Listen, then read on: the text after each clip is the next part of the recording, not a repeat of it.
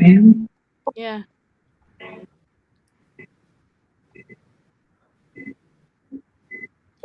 Y'all want to see a gathering after the Super Bowl? Here it is. Dearly beloved, we are gathered here today to watch football, not get married. What are we doing here?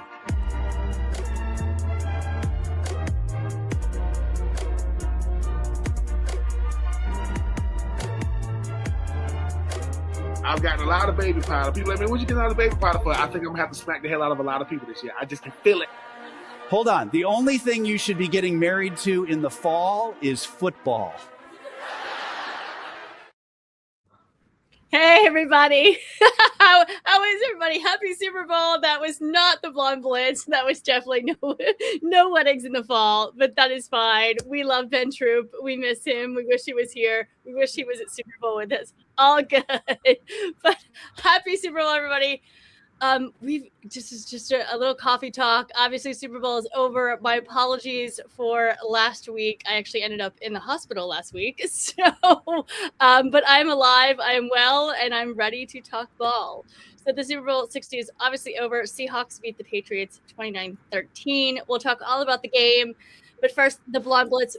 We were honored to be a part of Super Bowl week. We had a booth at Radio Row. We shared it with the San Francisco Bay Review. Shout out to Bridget Jones and Kelly from I-5 there.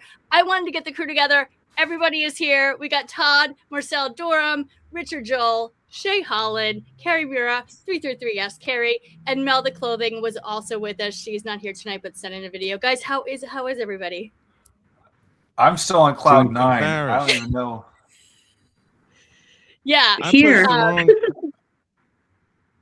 You know, you've been on Radio Row. We've all been at big events. You get ready for something, and the button's flashing at you when you push it, and you realize after you push it, it's the wrong daggone button. It's all good, Ryan. We love you anyway, guys. I'm still first of all, being in the hospital last week did not help at all, but I'm still recovering. I don't know about anybody else. It feels like the game ended 10 minutes ago. I'm still on cloud nine. I mean, the amount of people that I met that I've looked up to in my life was like everywhere you turn, there was another NFL legend. I still don't even know if I'm dreaming or not. That was the most unbelievable experience. Well, and Todd, I thought you were talking about me, Todd. Sorry. Of course, naturally. Well, and Todd, I have to say, you touched down literally. You got there. First of all, it took Richard and I almost 8 hours to get to San Francisco. We drove and never drive an electric car. I should have documented the entire thing. We had to stop and charge 4 times. We saw Todd in the morning and we picked up some stuff for the booth. And then Todd's texting us at 1 p.m. on Monday being like, are you guys here yet? And we're like, no, we're still 6 hours away. So, please forgive me on that, Deb. Please forgive me. This is why me and electric cars will never get along. First of all, I can't fit in the doggone thing. I'm too tall. But Todd, you literally picked up your credential and went. Like, you were just on a mission. You got so many amazing interviews. Tell me about your week and your perspective. Well, I didn't know what to expect. I'm like, we're going to the Super Bowl, and I thought that was great. And then we're on our way to the media first day with the Patriots and the Hawks. And then next thing you know, I see both teams walk in, and next thing you know, we're all on the same floor as them. Next thing you know, I'm walking up to the players and asking the starting running back for the Patriots questions about one of his friends growing up, which is my cousin. And my head's busting with the Boys podcast is right there. Like, my head was blown immediately. I happened to forget my audio equipment at a comedy show I had 2 days before, so I was woefully underprepared. But I'm like, well, we're here. I have a tripod. Let's get some footage. And I was just nonstop. I just couldn't believe that. I'm like, oh, this is what I've seen on TV for the past 40 years of my life. I was just blown away. And you had 2 amazing interviews. Richard, were you about to say something? No, I was going to say, I remember, Deb, the first time you and I had the first time we did that. It is so overwhelming and is so like mind blowing that first time. You're like, And Todd, you didn't even get to experience the full breadth of what an opening night's really like. We've had the ones in Vegas and Arizona. It was like a spectacle. It was like Mardi Gras. It was, it was crazy. But it is so mind-blowing the first time you're in that experience of being 3 feet away from these star players and saying, oh, I get to ask them anything I want. And yeah, we grew up watching it on ESPN and watching it on newscasts. So it's great to see you go through the first one, Todd, to be there with you and experience that. It was amazing. And hopefully it'll be like that for you every single time. But it is still amazing to go and be part of that. Oh, and there was free food. So I was like, I'm not leaving. I'm just not leaving. Like, I don't know what you guys think I'm supposed to do here, but I pay rent here now.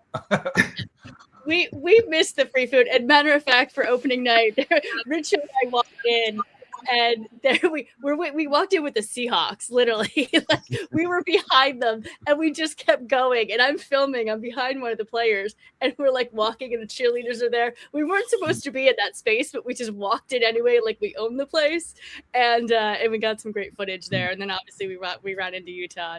But and Todd, you had some great interviews during the week. Jordan Mailata, a friend from Philly, actually just texted me last night, and she's like, "I want to make sure you saw this." And it was your interview with Jordan Mailata in Radio Row talking about the Blonde Blitz, and then also you had a great interview with Fox Sports, and I want to play that because look at this guy. I just have to showcase this. Well done, Todd. Yeah, I was on cloud nine and like. I don't know when kids like I was a kid in a candy store, you name it, everything. I mean, Marcus Allen, Warwick Dunn, Lorenzo Neal, they're just people that I've looked up to forever were just right there. I couldn't believe, like I was like a small child. I literally have to say, Lorenzo came over to the Blonde Blitz booth, and I had an interview with him. And Todd was like fooling around with the camera. Todd helped a lot with the camera for all the interviews. And he wasn't, I didn't hear him. I realized he didn't know that Lorenzo was sitting there. And Todd literally turned around and Lorenzo was in his face. And the look of pure shock on Todd's face, like one of the biggest NFL players, legends, 16 years in the NFL, is literally sitting in front of me and I don't even know what to do. Like the look on your face was brilliant. You were expecting him, but you weren't expecting him in that moment. And it was great. I wish I had a hidden camera on my face because I was like, I didn't know if to be like excited or terrified because this guy could give me a concussion with his fingertips. Like I just like, this is a frightening human being, but also like one of the nicest people I've ever met. He gave everyone the time of day. He blocked for Mike Allstott, which is like a rhinoceros blocking for another rhinoceros. It doesn't make any sense that you should be credentialed to do that, but there he was talking to you, and I'm like, I can't believe I'm here. Brian, do you have that interview of Todd, the Fox Sports interview, to play? You mean this one? Yep. Flashback Friday. They are not playing. They're breaking this place down. It's been housing us for the whole week here on Radio Row. It's been an excellent time for sure. Thank you to Sean King. We were on the basketball court, and I'd be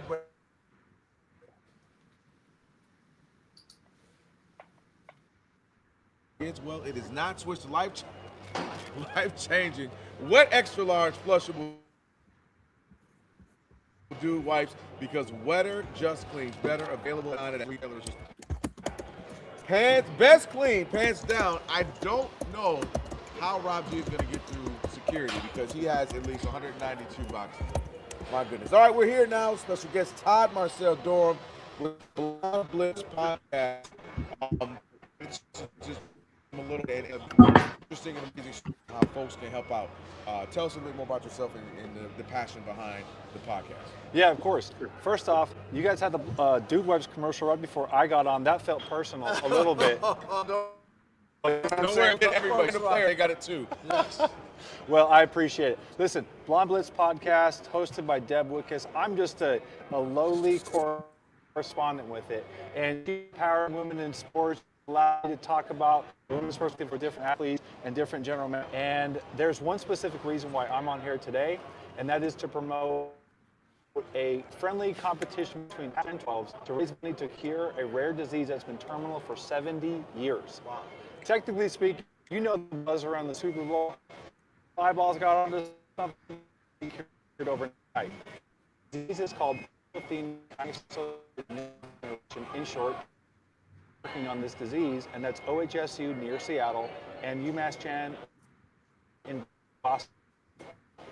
Those teams are ready for the Super Bowl. Wow. I think to myself, like, what a wonderful opportunity to really take advantage of the momentum of the fan bases. And if they go to givebutter.com/big game for PAN, then they can choose to support the Pac-12 or the that when people get together and put stuff together, you can make it different. Oh, we've seen it time and time again. Right? Am I right? Oh, and so in the Division I AA semifinals, Montana versus Montana State, but we put the same campaign together, put a little video out there, and in 3 days' notice, we raised $11,000 in just a little section of Montana. So I thought to myself, from state, what could I love it, man. I love you helping out a friend, helping out their son, and taking this on this passion. And in turn, we're going to hopefully save some lives as well. Amen. Absolutely. So tell us a little more, but I know that you had some fans, not necessarily fans, but some teams. You got some players that have jumped in. 100%. So I've been doing interviews on the press junkets with the pool reporters. Mapu, we had a long 15-minute interview. I interviewed Jordan Mulata. He's on camera saying that his foundation is going to donate. We have, my gosh, man, so much support. Larry, I just spoke to Larry Fitzgerald's manager. Nice. She's interested. We have. I spoke to the governor of Massachusetts today. Oh, wow. And her senior advisor. So they're going to be following it because Shireen and her family is in Boston until March, because Loic had surgery and he's recovering. So anybody could donate. Give that out for everybody. Yeah, I'm going to spell it out. Give butter, like giving something, and then butter like you spray on toast. givebutter.com/big game for and that's AN. And you can pass those, or if you don't care about any of those teams, right, and you're a divisional rival in the NFC West, and you're a Rams fan and you want to donate to the Pats, go for it. Go nuts. Well, we love it, man. And what I want to say is a big shout out to you for taking on a passion like this and spending your time. And I know we've seen you here now for a couple of days. You've been here, you've been knocking on doors, you've been talking to people. And we thought it was important enough to get on. Well, and that's why you're on. And that says a lot about you guys, very seriously, because I've talked to a lot of people, and family that has pecan around the world is reading on the Loving Loic Foundation. By the main foundation that is sponsoring this fundraiser campaign is lovingloic.org. Yes, we're literally out of 5 seconds here, but Todd, we appreciate Thank you, guys. Wishing all the best. Help us can, man. We're brother. You guys are the best. All right. Thanks, Todd. Real quick, I just wanted to make sure there was some technical difficulties there. I'm having some trouble hearing it myself. I don't know if you are. But Todd, I just wanted to get just an overview of what pecan is and have you explain and where our audience can help out. Yeah, first off, I do own other clothes. Let's be clear on that. I just wanted to have continuity here. But pecan is a rare genetic disease that affects 1 in 1 million children worldwide. My friend's child has this disease. And when it got diagnosed, there was no cure at the time. That was 2 years ago. And she reached out to hundreds of the hospitals, and she found 2 that were willing to share data with one another. One of them was OHSU Hospital in Portland. The other one was UMass Chan Medical in Boston. And they collectively said, if you raise $5 million, we can cure this rare disease that's been terminal for 70 years. And I just thought that was an interesting coincidence that both teams were represented in the Super Bowl, and that it was enough of a story to share with all the different people on Radio Row. And several people have gotten back to me. We have a lot of progress, up to and including Roger Goodell and the office of Mike McDonald, Super Bowl winning head coach. So we are $2.5 million away from potentially curing a disease that's been terminal for 70 years. And I just think that's an exciting thing to share. And I appreciated the opportunity to be on Radio Row talking about it. Yeah. And like I said, Todd, took his credential and went. Like, it was insane. So thank you for doing that, Todd. Shay, you were also with us, working with the Blonde Blitz, but also your own podcast, Game Day with Shay. How was your week? Oh my gosh, I don't even know where to begin. Yeah, I did not make it for that first night because of the driving from LA, then San Francisco, then San Jose. So I decided to take it slow and come the second night. And the whole week did not disappoint, but obviously the highlight was definitely being at the game and having seats so close to the field was unbelievable. Yeah, and we'll talk a little bit more about that in a bit.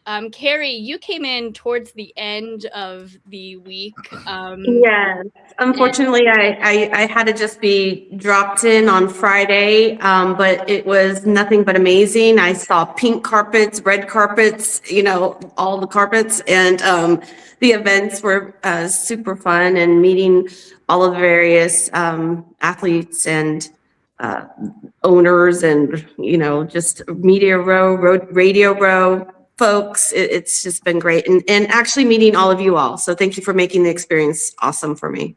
Absolutely. And this was your first Super Bowl too. What did you take away from it?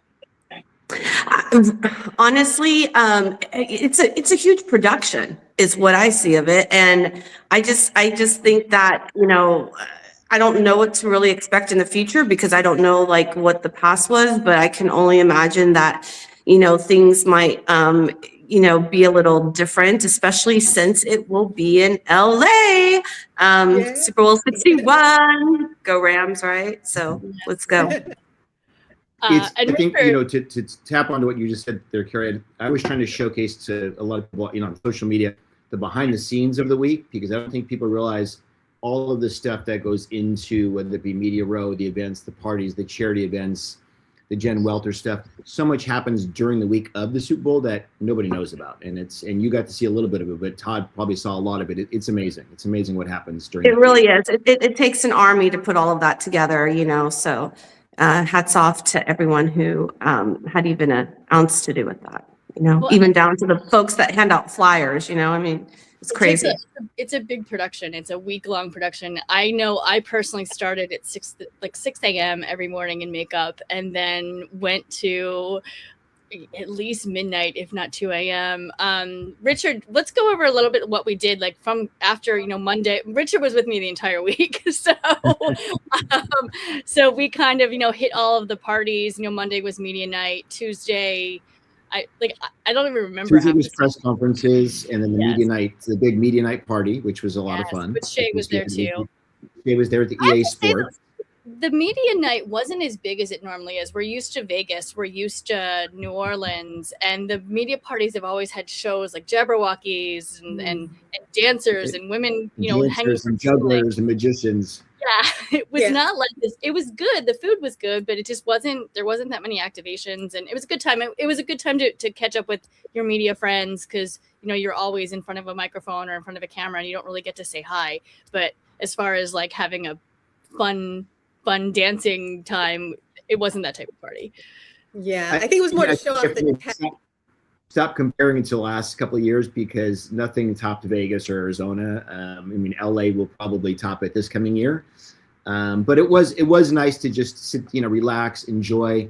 I'll tell a little funny story is that Deb and I had to drive everywhere. Everything was an hour and a half, 2 hours away with traffic. And so we decided finally to take the shuttle to the media party, only to arrive and there'd be no shuttles. So we still had to take an Uber at the last minute to get to the party.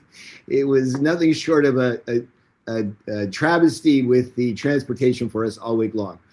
But we went to the media party. We did some press conferences with the Seahawks, with the Patriots, with the coaches, with the quarterbacks, which is always interesting to see. I think for myself, I always kind of sum up who I think is going to win based on how they answer questions and their body language. And, I had Seahawks by 14 after the week, after seeing everybody. I was close. 16 was the points, but I was close. But what else? We went to the players' party. We went to the Jaws Cigars party. Yes, we went to we covered Jen Welter's Gridiron Girls Camp on that Saturday. She had 50 high schoolers that were, flag football. Also, the Veterans game was right after. That was extremely special. And we went to The You went Shack. to Shaq's, you went Yeah, to Shack's Starbucks. Yeah. Some of those late night ones, I was like, I'm out. You Yeah. can cover it for me because, yeah, those late nights were starting to get hard towards the end of the week. Sports Illustrated party, the I had to bring Playmakers. home the souvenir from Shaq's party here. You know, Shaq. I need mine. You guys. Do those have magical? Deb ate all the pineapple. I did. I literally was picking out the pineapple from the candy. Richard, do those have magical properties? They kind of look like it, maybe.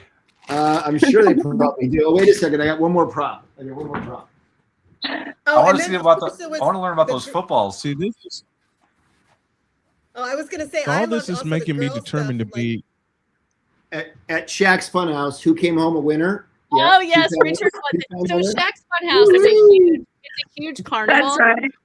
And Richard was very good at the balloon game and the water balloon game, and he kept on popping the balloons, and he won. He was the only one of us to win his stuffed animal. Shay, you were saying something? I was going to say, I don't want to leave out the fashion show too, because that was a big highlight for me. That was where there were so many, former players and their wives at the NFL off the field NFL Wives Association. And it was their 25th anniversary. It's a charity event. Sharice Brown is the original founder of Off the Field, so she was there with her husband Tim Brown. And it was packed full. It was a great packed show. out. Yeah. We also attended the Lee Steinberg party. Mm-hmm. The Lee Steinberg 39th party or 39th. I got to interview Lee again on Radio Row. Was very honored. Always. He left Stephen Smith to come interview with me. I was honored. And let's not forget Kathy Ireland. Your interview with Kathy Ireland. Oh, right. Mm-hmm. Delightful. That will be on social soon. She's just such a lovely woman. I mean, she's my idol. She's an entrepreneur, Sports Illustrated model, actress, entrepreneur, businesswoman. I mean, she's all the things. Richard was very excited because he's always wanted to meet her. So he was excited to see her as well. Deb, don't forget about the Taste of NFL. Yes, the Taste of NFL. Carrie and I got to go there with Bridget and Kelly. That was a ton of fun. I couldn't eat anything because of my food allergies, thank God, because that's actually why I ended up in the hospital. Not that night, but last week. But they had a bunch of players actually signing balls. So I came home with a ball full of NFL players' signatures. So that was really, really cool and really special. And there was some great eats and some great drinks there as well. That's definitely somewhere I want to go next year for sure. Well, I just thought it was amazing that they had different stations of food, but they had different sponsors like Rice Roni, and these chefs had to make actually renowned celebrity chefs like Kat Cora was there, and she was actually serving the food, so very involved and yeah, it was a great charity and cause that was related to Hoag Hospital. Everywhere you turn, there was an NFL player or someone that you knew or a celebrity like that. It was a room full of who's. It was insane. Well, let's talk about the game. Shay, you were lucky enough to go. Richard and I and Jen Welter, we all went to a VIP watch party, but Shay was actually at the game. How did you get tickets? So I have a friend. Well, I used to live in San Francisco, and a friend of mine, it's his bucket list dream. He's an older gentleman who happens to be blind, but loves sports, has always wanted to go to a Super Bowl, but needed someone that could, help him through everything since his wife is unable to go anymore. So that was the connection, and it did not disappoint. I know on TV it may not have looked like much of a game because it wasn't a lot of, what we're used to seeing in terms of quarterback and passes and all that. But in person, it was like watching hand-to-hand combat. It was so exciting in person. Oh, wow. Yeah, no, that definitely did not translate to the TV. No. It was definitely a defensive game, which we all knew it was going to be a defensive game. You had the number one defense in the league there, and then the Patriots weren't far behind, so we knew it was going to be a defensive game, and it obviously was. But what are some things that the audience, that you got to see that the audience at home didn't? Well, and I think why it didn't translate as well to to the TV audience, it felt like they really sanitized some of the things, like the player fights. And I get that maybe they didn't want to show that, but there was a fist fight in the fourth quarter. And it was like, the mom and me, the whole game was like, don't hurt each other. Don't hurt each other. Because it started even in the second quarter. It looked like it was going to be a brawl with both teams, and they would cut to commercial. So you guys weren't seeing the intensity that we were, and especially because of where our seats were. I think we were maybe 20 yards from the field. In fact, I had some friends that were in the nosebleed seats, and we sent them a picture, and they're like, oh my God, you could go score your own touchdown. So I think also just being able to be that close to the action made it super exciting. They didn't show some of the antics that were going on. It was actually the most humorous game I've ever been to of any sport. I've been to baseball, basketball, football, but what was happening behind the scenes, they were also cutting, like the streakers. And they weren't really streakers, they were partially dressed, but they were hilarious. The guy made it 40 yards down the field, and none of the NFL security could catch him. It was like, so everybody is standing up going, go, go. He was so fast. And so it wasn't just a streaker. It was like, this guy is like, he should try out. And then one of the Patriots players literally steps in, intimidates the guy, and he goes down. But the home audience didn't get to see any of like that off the, the things, the antics that were going on behind the scenes.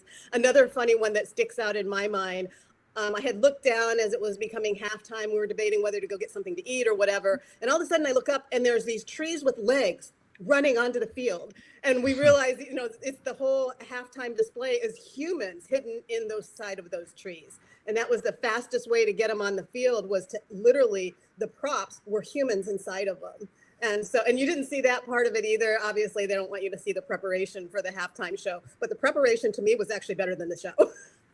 Well, and speaking of the halftime show, I thought it was amazingly produced from the TV screen. So, obviously, did you watch it? That was one of the elements. Yeah, I did read a little bit about it, obviously, because of the design and architectural angles, and a lot of it was, based on a village, and there was houses and everything. But it was optimized for TV, so it did not translate, in my opinion, to the stadium audience. So, for example, where we were seated, you never even saw Bad Bunny because he's way on the other end. That was a huge, it was set up like a village, so you could see how long and huge it was. So he's down below, so you never even see him for the first maybe 3 quarters of that performance for a lot of the audience, because again, it was optimized for TV. So there was a real disconnect. So you really just kind of tuned out because you can't see them. And most of the people we were sitting with were a bunch of crazy Australians, which was so much fun. So did they happen to show it on the big screen in the stadium for you? They might have, but again, at that point, because also we were in the Seahawks section, and that game was still close at halftime. So nobody in our section it seemed like they hadn't breathed. So finally at halftime, our entire section was like, okay, now we can get a bite to eat. Now we can meet each other. And because my guest is blind, and the NFL was doing a pilot program testing this device for the blind, everybody in our section started wanting to come over and talk and understand the device. So we ended up talking the entire halftime to everybody around us. I will say, Seahawks fans, I had no idea y'all were so friendly. So, because I was originally going to sit on the Patriot side since I went to school in New England, but my friend wanted to sit on the Seahawks side, and I was like, but he really wanted to support the conference. And I will just say, the fans, I actually was quite shocked by the fans, just how friendly they were. Yeah, the Seahawks fans were really nice that I ran into, at least during Super Bowl week too. What about the commercials? Did anybody have any comments about the commercials? Anyone have a favorite commercial that they saw? I wasn't that impressed by the commercials myself. I can't even remember one. My wife was too busy stuffing me with food. Every time commercial happened, my wife was too busy bringing in a plate of food for me. And as soon as I would try to, because we took notes to try to decide which one was the best on my show, Snowman in the Morning. And as soon as I had a chance to make a decision, here comes my beauty in here. So here, honey, try this. Okay. And that plate was gone. So I didn't even see many of the commercials because there was kind of food in front of me. That makes sense. We had a ton of food in front of us as well.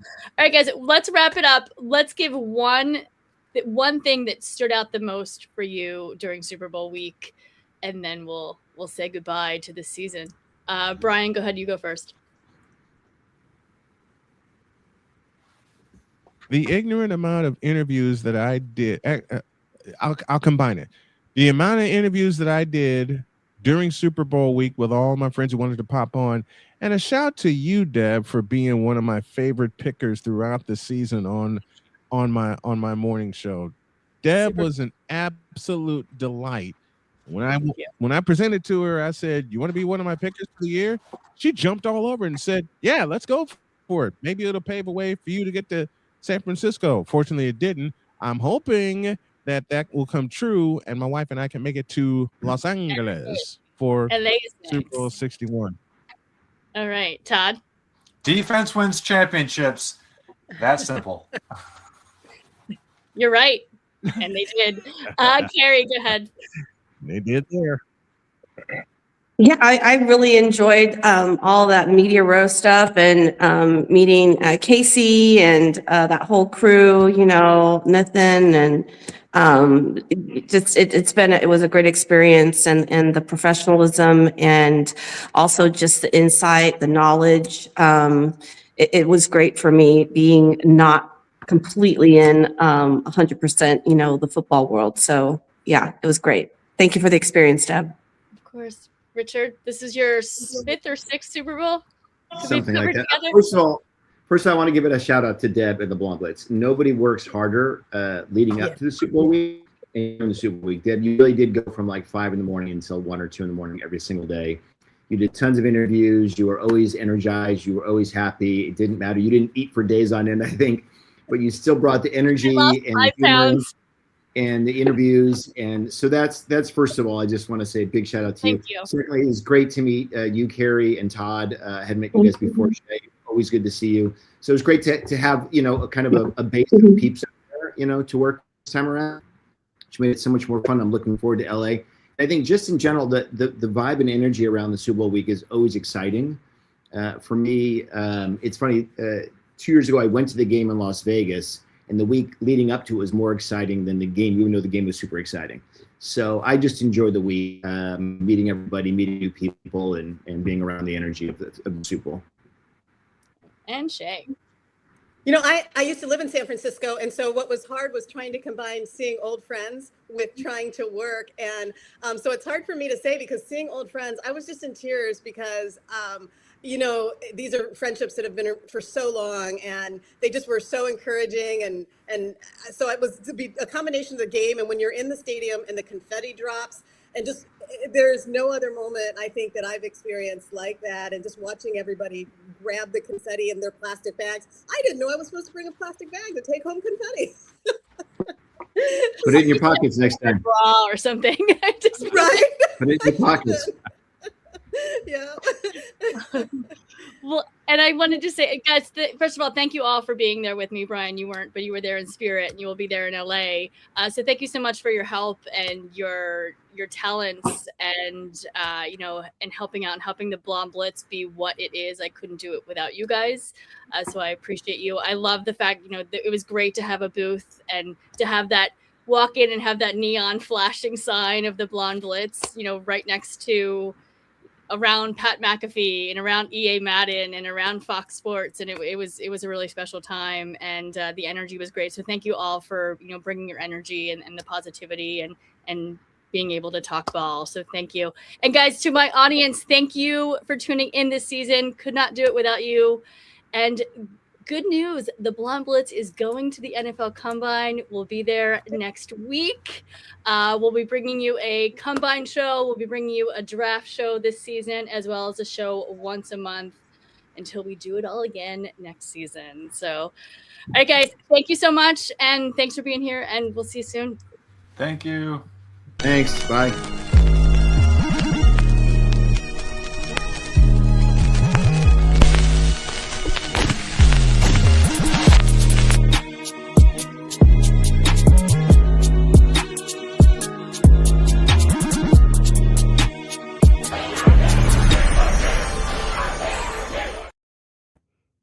Like